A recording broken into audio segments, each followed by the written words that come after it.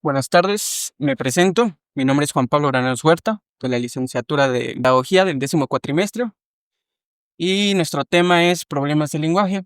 Me gustaría que se presentara, por favor. Bueno, yo soy Juan Pablo Barreto.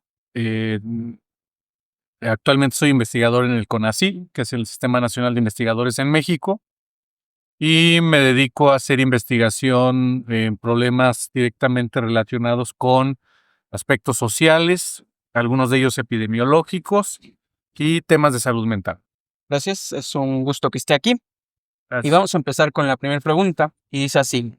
Desde su experiencia, ¿cuáles son los factores más frecuentes que contribuyen a la aparición de dificultades del lenguaje en niños de 3 a 5 años? Ok. Yo pienso que hay, bueno, de las causas, yo creo que podemos hablar de varias, pero buscando que sean aspectos más específicos.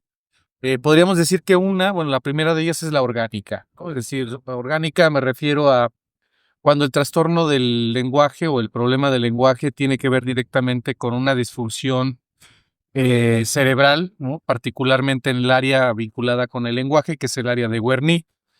En algunos casos, ¿verdad? Esta alteración o este proceso neurofisiológico puede generar un problema del lenguaje. El otro es el carácter meramente psicológico o emocional, que también puede afectar o que también origina en muchos casos un problema en el lenguaje. Tiene que ver con aspectos más funcionales, más directamente vinculados con la parte mental y emocional, y que también se puede expresar en un tema de lenguaje.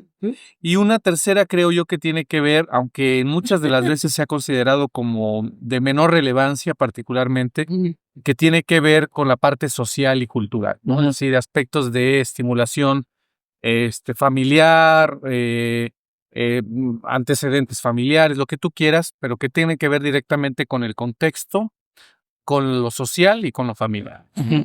Una de las primeras etapas que va a tener el niño, se nos menciona eso, que es con la mamá, ¿no? Al principio. Ujú. Entonces, cuando no existe esta interacción entre los pares, es difícil que él pueda enriquecer Su lenguaje. su lenguaje. Ok. Vamos a pasar con la segunda pregunta, y dice así. ¿Qué señales o indicadores considera más relevantes para identificar un trastorno del lenguaje en la etapa preescolar? Mira, bueno, yo creo que aquí partiría de irme al manual de diagnóstico psicológico y psiquiátrico, que es el DSM-5, y ahí se establecen 4 criterios. Todos esos criterios tienen que ver, el primero de ellos, pues que obviamente el niño no tenga, digamos, el vocabulario esperado, ¿no? Esa deficiencia o ese problema de lenguaje le genere problemáticas familiares, sociales, educativas, ¿no? Sí. Es decir, que no alcance, digamos, que el promedio o lo esperado, tanto a su edad como a sus condiciones donde se encuentre. Otra, pues es que para poder saber realmente la repercusión que tiene ese problema, pues tendríamos que aplicar algunos instrumentos de evaluación, ¿no? Que nos pudieran ayudar a saber realmente cuáles son las características, ya no solamente del niño, sino más bien esas características en relación a una población normal, que a eso se le conoce como estandarización. Entonces, tendremos que aplicar una prueba, un instrumento o varias pruebas que nos pudieran orientar sobre las características reales, ¿no? Y aquí está pensándola desde el punto de vista más diagnóstico, realmente del problema del lenguaje. Otra cosa que pienso también que es muy importante, pues es discriminar, mejor dicho, descartar que exista otro tipo de alteración que pueda estar afectando el lenguaje. ¿Y a qué me refiero?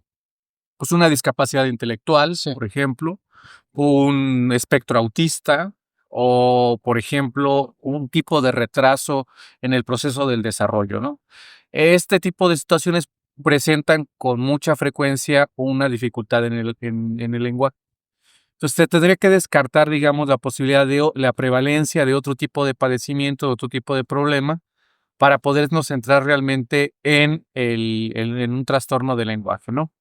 Em, ¿Qué otros indicadores? Bueno, pues obviamente la alteración propiamente, un lenguaje pobre, ¿no? O sea, muy pocas palabras en su expresión, ciertos, por ejemplo, vocalizaciones equivocadas, a veces hasta podemos tener ciertos tics en el proceso del lenguaje. Otro que pienso yo, por ejemplo, es que el niño pues solamente se exprese, se comunique con señas y no con palabras. También se puede expresar en la propia escritura. Es decir, hay una serie de indicadores, pero yo buscaría más acercarme, te digo, a algo, pensando más en el diagnóstico como En el indicador. diagnóstico. Es un poco la pregunta, no repetitiva, pero va a eso y a lo que usted mencionaba sobre el estado emocional. Y dicen, ¿cómo evalúa la relación entre los problemas del lenguaje y el desarrollo emocional o social del niño? Mira, esto ya está esto ya está estudiado, ¿no? Ujú. La gente que sabe sobre este tema o que lo ha profundizado entiende perfectamente que la mayoría, y ya hablo ya desde el punto de vista epidemiológico, es que más del 60-70% de los niños que presentan una alteración en el lenguaje no es orgánica. Ujú. Y cuando digo que no es orgánica, me refiero a que tiene que ver más con factores funcionales, es decir, factores emocionales. Ujú. Si la mayoría de los problemas tienen que ver con perturbación emocional, tienen que ver con conflicto emocional, tiene que ver con algún tipo de trauma o de algún proceso psíquico que está afectando su problema de lenguaje. Es decir, son muy poquitos los que están relacionados con aspectos orgánicos, cerebrales, y por lo tanto nos tendríamos que centrar en decir que es muy importante cuidar la salud mental del niño, manejar una buena gestión emocional, tomar en cuenta los aspectos en los que él ha aprendido a manejar sus emociones para saber qué tanta repercusión tienen estos factores en su proceso de lengua. Ok, gracias. Pasamos a la siguiente pregunta y dice así, ¿qué tipo de intervención psicológica recomienda para niños con retrasos en la articulación, vocabulario o construcción de oración? ¿Qué tipo? Bueno, pues yo creo que a mí me parece que podrían ser tres, ¿no? La primera, que tiene que ver con una terapia hecha a modo de terapia de lenguaje, que eso significaría pues aprender a hacer o manejar una serie de ejercicios, una serie de procedimientos, ¿no? Diseño de algunas actividades que le puedan ayudar al niño a estimular, ¿no? Ese proceso. La segunda que yo pienso, pues es una terapia, dado la pregunta anterior, sería una terapia, pues más enfocada en la parte emocional, ¿no? Ujú. Que también pueda permitir, ver esto de manera multidisciplinar. No solamente la parte de los fonemas o las articulaciones ¿sí me entiendes? Sí. Sino buscar algo más. Y la tercera, que me parece que ahorita ha sido muy alentadora para los niños que tienen problemas de lenguaje, es un tipo de terapia que se llama de electroestimulación intracraneal. Ujú. Este nuevo tratamiento ayuda a estimular zonas, en particular zonas del cerebro, que permite a los niños, ¿verdad?, generar un lenguaje mucho más fluido. Entonces yo me centraría en esos tres, una terapia de lenguaje que concretamente estimule el lenguaje, una terapia más enfocada en la parte psicoterapéutica o emocional del niño y una tercera que tuviera que ver con una terapia centrada más en los procesos neurológicos, ¿no? Que conoce como terapia intracraneal. Yo me centraría en esos tres. Todos estos van a ser factores para que pueda mejorar o Sí, claro. desarrollar Si su lenguaje. estos tres elementos estuvieran concatenados, es decir, se trabajaran de manera multidisciplinar, el niño avanzaría considerablemente. Y es por eso mi siguiente pregunta, ¿en qué medida la falta de estimulación en el hogar influye en el desarrollo del lenguaje y cómo se puede compensar desde la escuela? La familia es la primera, digamos, el primer elemento que provoca el lenguaje, ¿no? El lenguaje es el resultado de una situación social, es decir, es el resultado no solamente de un desarrollo, digamos, cerebral, sino también de un proceso de interacción con personas, con otros seres, con los que necesitamos comunicarnos para podernos vivir en sociedad. En esa lógica, yo diría, la relevancia que tiene la familia es indispensable, es importante, y por supuesto en una familia donde no hay lenguaje, pues evidentemente va a haber un problema de lenguaje, ¿no? Naturalmente. Entonces, es importante, yo diría, es más que importante. ¿no? Ahí tendría el niño que construir su lenguaje, que empezarlo a establecer. Y claro, cuando hablamos de un problema de lenguaje, también hablamos de un problema de familia. Ok, hace rato cuando hacía mi entrevista se nos mencionaba que para una buena educación a veces es necesario utilizar el método tripartito, que es docentes, padres de familia y el niño, obviamente. Es por eso que creo que es importante que exista esta combinación. Y la siguiente pregunta es, ¿qué estrategias colaborativas sugiere entre psicólogos, docente y familia para favorecer la comunicación y la expresión del niño?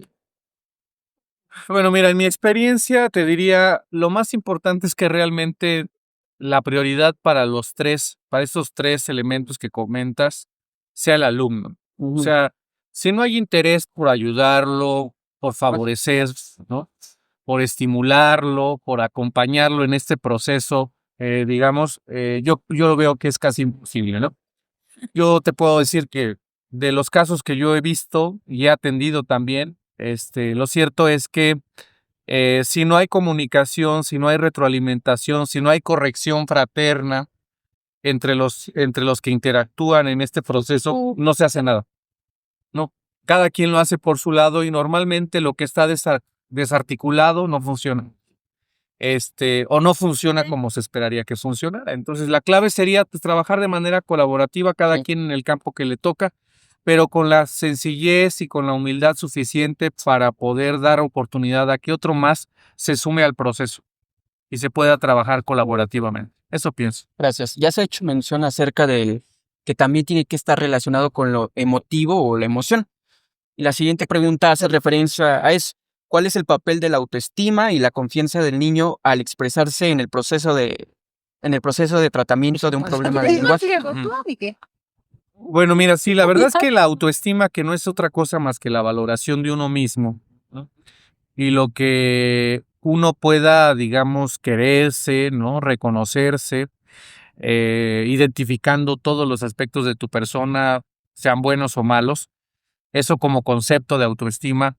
Te diría, por supuesto que en una persona con una capacidad de reconocimiento del mismo, de una valoración del mismo, pues tiene de hecho menos posibilidades de presentar un tema de lenguaje.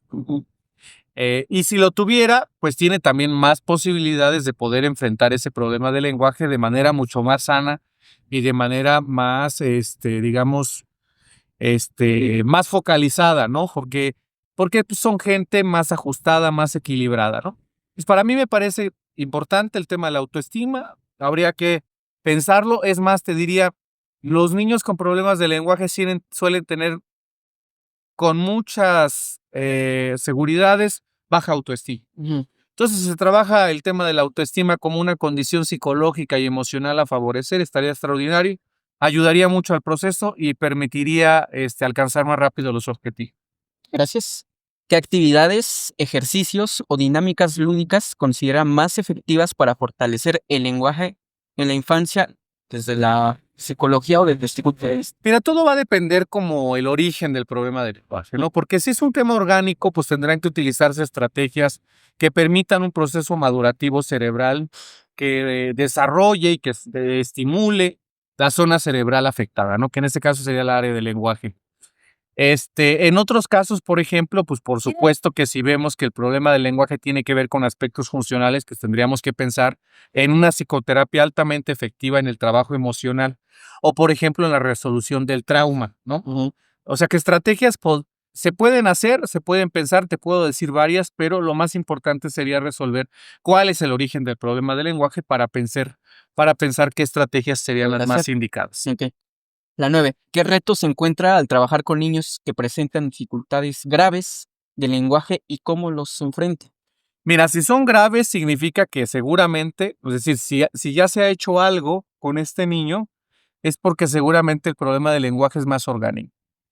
Y ahí, eso sí, te digo, los que tienen problemas de lenguaje en la parte funcional, me refiero a funcional, me explico, en emociones y todo esto, en traumas, pues te diría, resolviendo eso, el niño va a avanzar considerablemente en el lenguaje. Pero si es orgánico, ahí vamos a tener mucha resistencia, porque seguramente, y en algunos casos se emplean hasta fármacos, ¿no? Sí.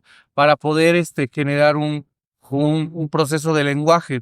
Y en otros más, pues se requieren, por ejemplo, terapias no invasivas, claro, como por ejemplo la que te comentaba, la terapia de electroestimulación intracraneal, que ahí, por ejemplo, pues hay que hacerla, ¿no? Tiene más implicaciones, pero por supuesto también son mucho más efectivas. Entonces sí, es importante ahí como determinar bien cuáles serían los alcances que se quisieran tener en el proceso de intervención. Ok, gracias. Y por último, va a ser una recomendación. Dices, ¿qué recomendaciones generales daría a docentes y padres para prevenir que las dificultades del lenguaje se conviertan en problemas de aprendizaje o socialización, a largo plazo? Que se detecten a tiempo.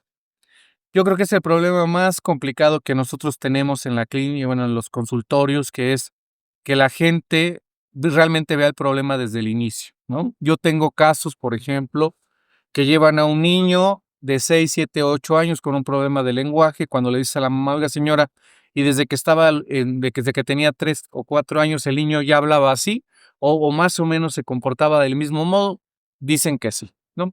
Entonces yo creo que lo más importante para poder actuar en esto es actuar de manera temprana, ¿no? Porque entre más temprano se pueda actuar, entre más temprano se detecte el diagnóstico, entre más temprano se sepa realmente el origen del problema y entre más temprano se haga la intervención, se van a poder tener mejores resultados. Si todo se hace tarde, pues seguramente esto va a tener mucho más resistencia Entonces, cuando el niño... y más consecuencias para el niño, porque no es lo mismo que un niño presente un problema de lenguaje de 3, 4 años a que el niño ya caminado durante los 3, 4, 5, 6, 7, 8 años con ese problema, porque seguramente ya experimentó bullying, seguramente ya experimentó acoso, seguramente ya experimentó burla, y entonces pues ya las consecuencias son otras. Ok, muchas gracias. Agradezco su participación. También por responder las dudas que nos servirán para el estudio que estamos haciendo. Claro que Gracias. sí, con todo gusto.